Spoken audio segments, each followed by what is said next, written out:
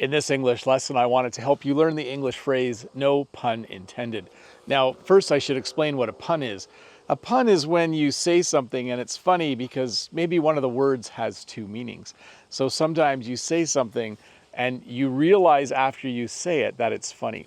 I could say something like this: I'm going to go out on the river in my kayak and I'll probably end up bobbing up and down. No pun intended.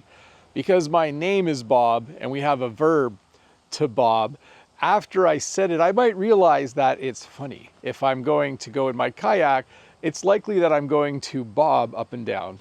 No pun intended. So I didn't realize it was going to be a play on words until after I said it. Now, we also have the phrase pun intended. If I was to say, I'm going to go up my kayak today, I'm going to bob up and down, pun intended, it means that I realized that what I was going to say was going to be funny because of the play on words. By the way, a play on words is when words have two meanings and it ends up being a little bit funny. So to review, when there's no pun intended, so if I was to say right now, this is going to be a plain English lesson, and then I hear a plane flying over, because the word plane and plane sound the same, I could say no pun intended. This is just going to be a plain English lesson, no pun intended.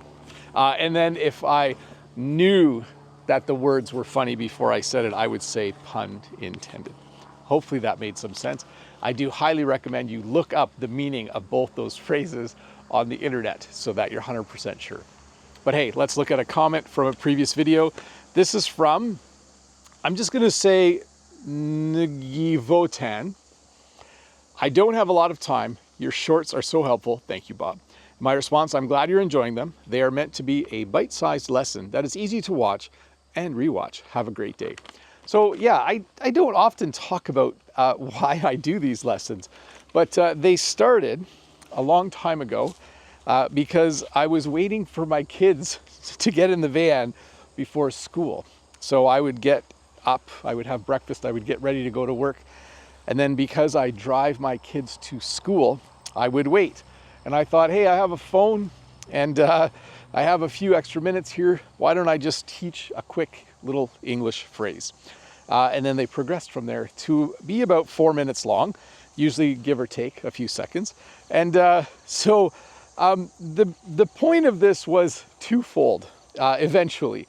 One, to teach you a couple of phrases, but two, to give you kind of like an insight into my life where I'm speaking candidly about things I'm doing as I go through my week or go through my day. A little bit more of contact for you with a native English speaker who's talking in the way they normally talk and showing you things that they normally do. So that's what this has evolved into, a nice little short 4-minute lesson twice a week where you can learn a couple of phrases and you can hear me ramble on about everyday things. Like, for instance, 2 days of school are done now. I'm actually shooting this on a Wednesday. I know you're watching it on a Friday because I got to get ahead of my work. We have market tomorrow and Friday's rather a busy day as well.